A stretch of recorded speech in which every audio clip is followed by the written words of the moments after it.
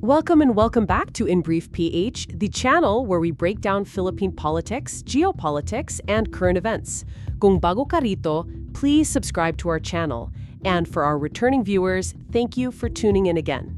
Yes, thank you so much for joining us. So, I want to start with a question for everyone listening. What if ang isang gyera na thousands of kilometers away from us ay direktang magdidikta sa presyo ng gas mo, sa pamasahe mo, at sa buhay ng mga kababayon nating nagtatrabaho sa barko? It's a scary thought. Kasi we usually think na we're too far away to be affected. Exactly.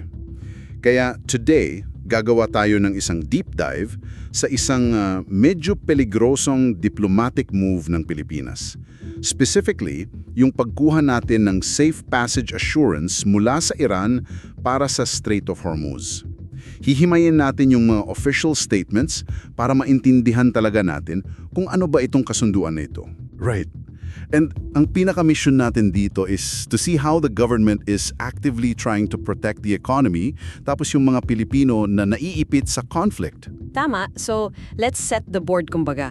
Para ma-visualize mo, the listener, kung bakit tayo umabot sa point na kailangan nating makipag-usap sa Iran. Noong February 28, 2026, the United States and Israel launched strikes on Iran. And as a retaliation, Iran basically closed the Strait of Hormuz. Which is a huge deal.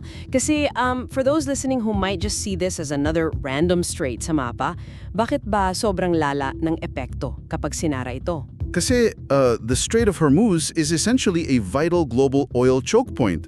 Geographically, sobrang kibot niya. How narrow are we talking about here? At its narrowest point, parang 21 miles wide lang siya. Pero yung actual shipping lane na pwedeng daanan ng mga massive oil tankers, roughly 2 miles wide lang in either direction. Wow, 2 miles. So, madali talagang i-block. Exactly. And roughly 1/5 of the global oil supply passes through there. Isang kalima ng langis ng buong mundo. So kapag sinakal mo yan, you are basically choking the entire global energy supply chain. Grabe. And the tension is just escalating, di ba? I mean, US President Donald Trump threatened to bomb Iran back to the Stone Ages over the next 2 to 3 weeks. Yes. Tapos you have French President Emmanuel Macron saying na unrealistic yung any military operation para i-liberate yung strait. So walang gustong mag-back down. Okay, let's unpack this and connect it locally. Bakit tayo apektado dito sa Pilipinas? Actually declared a national state of energy emergency. Right. And the reason behind that emergency is our extreme dependency, di ba? We import about 98% of our crude oil from the Middle East. 98%.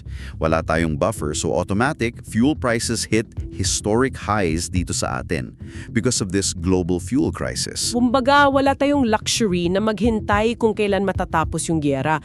Kaya the Philippine government had to make a preemptive and really pragmatic move. Tama. We had to act. Which brings us to the diplomatic maneuver. Nakita natin sa balita, the Department of Foreign Affairs secured a safe passage agreement. May productive phone conversation noong April 2, 2026 between Foreign Affairs Secretary Maria Teresa Lazaro and Iranian Foreign Minister Syed Abbas Araghchi. Meron ding meeting in Manila, di ba? Yes. Sina Secretary Lazaro at Energy Secretary Sharon Garin met with Iranian Ambassador Yusuf Ismail Zad para formal na hilingin na i-designate ang Pilipinas bilang isang non-hostile country. And what's fascinating here is how this agreement actually works. Kasi we need to be clear. Yeah, let me ask you about that. So, para ba tayong bumili ng VIP toll pass sa Iran para makadaan ang mga barko natin? Like, nagbayad ba tayo for this? Hindi. Definitely not. Walang bayad na involved dito. This is a diplomatic assurance, hindi siya isang formal treaty. Nakabase lang ito sa international maritime norms of transit passage. Okay. So, hindi siya binding contract na tipong pag nilabag nila may kaso. Exactly. It's an understanding based on our clear diplomatic signaling na tayo ay non-hostile na, maritime voyagery and travel. Which is good, pero there's a huge misconception here na gusto kong i-address. Maraming nag-iisip na, may Filipino seafarers naman sa barko, automatic ba na safe na sila? I'm glad you brought that up kasi Filipino crew alone does not guarantee safe passage. Wait, really? So kahit puro Pilipino yung sakay, pwede pa ring harangin? Oo, kasi the safety of the vessel depends on three main things. Ang flag state o kung saan nakarehistro yung barko, the actual cargo, and yung ownership. Kumbaga, ano ang perceived alignment ng owner sa conflict. So kung US-owned yung barko pero Pilipino yung crew, target pa rin siya. Exactly. Kaya tayo humingi ng non-hostile delegation. It's a clear diplomatic signal na ang Pilipinas ay walang kinalaman sa conflict nila. We highlight the Filipino seafarers to prove na we are a civilian, labor-exporting nation. Parang sinasabi natin na, hey, andito lang kami para magtrabaho at magdala ng langis, huwag nyo kaming idamay. Tama. And to make this work practically, Palace Press Officer Claire Castro updated us na the Department of Energy is finalizing the immediate transmission of vessel information to Iranian authorities. So, bale binibigay na natin in advance yung listahan ng mga barko natin. Yes, para mabilis ang coordination at maiwasan yung misidentification sa dagat. Okay, that makes sense. Ngayon na medyo malinaw na kung paano gumagana itong safe passage na ito, let's talk about how this saves our economy. Kasi here's where it gets really interesting for me. Ano yung nakita mo sa data? Dahil sa war, at least 4 million barrels of shipments ang na-cancel para sa Pilipinas. And because of this, yung operator ng Seoul Oil Refinery natin, ang Petron Corp, admitted in a report to the stock exchange na napilitan silang bumili ng around 2.5 million barrels of Russian crude oil out of extreme necessity. Wow, that is massive. Diba? Like, that was completely unthinkable bago ni-relax ng US yung sanctions tied to Moscow's war in Ukraine. That really underscores yung sinasabi nating extreme necessity. Kasi kapag may disruption sa route na ito, delays in shipments immediately mean higher shipping and insurance costs. And obviously, that trickles down to us. Tataas ang presyo ng gasoline, diesel, transportation, logistics. Pati food prices. Kasi yung pag-transport ng agricultural goods apektado din. By acting early and securing this assurance from Iran, the Philippine government is really trying to stabilize expectations. Oo nga, no? Para hindi magpanic yung market. Exactly. At hindi lang naman langis ang sinisiguro natin dito. Kasama rin yung supply ng fertilizer na sobrang critical sa ating agrikultura. This is a very clear example of economic protection through diplomacy. Economic protection through diplomacy. I like that phrase. Pero, syempre, hindi lang naman na supply ng langis at fertilizer yung inaalala natin dito. May mukha ang crisis na ito. The seafarers. Yes, the Filipinos who are actually in the middle of the ocean. The Philippines is the world's largest supplier of crew. We have around 400,000 seafarers serving internationally. Imagine mo yung kaba ng mga pamilya nila dito sa Pilipinas habang nanonood ng balita. Sobrang hirap nun kasi the risks in that conflict zone are very real. Hindi lang ito abstract concept. You're looking at vessel interception, direct exposure to military escalation, at saka yung psychological stress na any moment pwedeng may umatake. Right. And it going back to what we said earlier, na Filipino crew is not an automatic shield. So bakit pa natin ipinaglalaban itong non-hostile status na ito kung hindi naman pala siya magic shield? Kasi even if it's not a magic shield, the risk is significantly reduced. Paano siya ni-reduce specifically? By establishing our non-hostile positioning and by having open communication lines with Iran na iiwasan yung unnecessary boardings or inspections. Hindi na sila tinatrato as automatic threats. Kasi pre-cleared na sila sa system ng Iranian authorities. Exactly. Pinapakita ng gobyerno na aside from the national economy, we are actively protecting the human security of our workers abroad. That's a really crucial point. Ngayon, looking at all of this, the economic survival, the human element, ano ba ang sinasabi nito tungkol sa foreign policy natin? Kasi there's an elephant in the room here. Which is our relationship with the US. Exactly. Tayo ay treaty ally ng United States. At yung US at Israel ang mismong nag-launch ng strike sa Iran. Pero heto tayo, calmly negotiating and shaking hands with Iran to get our ships through.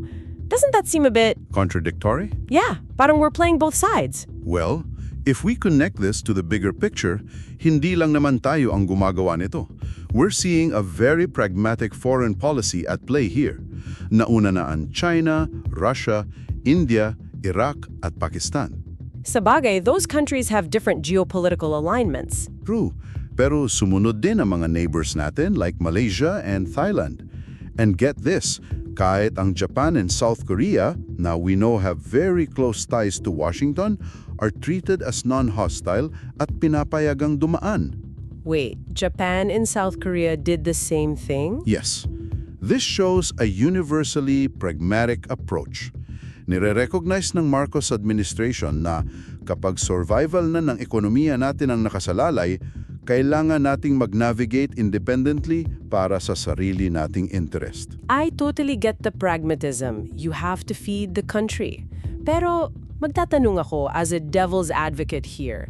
Enough na ba ang diplomatic assurances in a real unpredictable conflict? I mean, kung bombahin talaga ng US ang Iran back to the Stone Ages, gaya ng banta ni Trump, o kaya the situation just devolves into pure chaos, may magagawa ba talaga yung non-hostile tag natin? That is the million-dollar question. And frankly, aaminin ko, diplomacy has its limits. Kasi a missile doesn't care about a diplomatic whitelist. Precisely.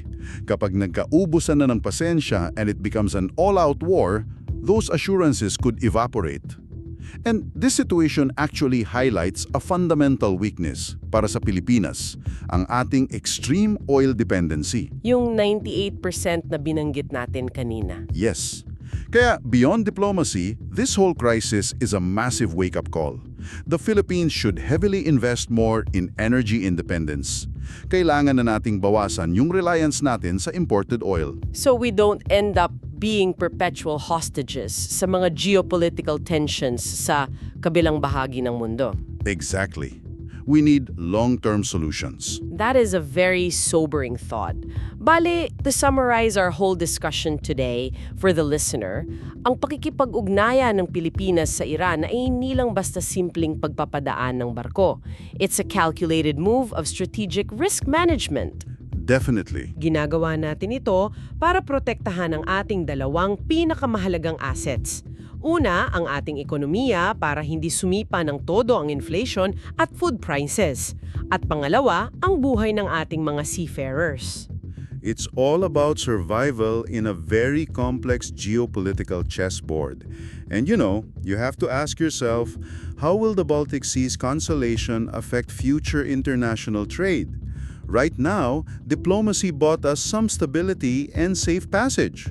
Nakahinga tayo ng maluwag kahit paano. Oo, pero as global powers draw their battle lines and the global oil supply chain becomes a weapon of war, paano kung dumating ang araw na hindi na pwede ang neutral? Na tipong sa pilitan na tayong papaliin ng panig. Yes, the provocative thought here is, if that day comes, handang-handa ba ang Pilipinas tumayo sa sarili nitong mga paa? Wow, that is something na dapat pag-isipan natin lahat, lalo na ng mga policy makers natin. And on that note, we'll wrap up this deep dive. To you, our listener, thank you so much for joining us in this discussion. Kung nakita nyo yung value ng ginagawa nating paghihimay sa mga isyong ito, please subscribe to In Brief PH. Expect more deep dives into the issues that matter most. Hanggang sa susunod, stay informed. Stay safe, everyone.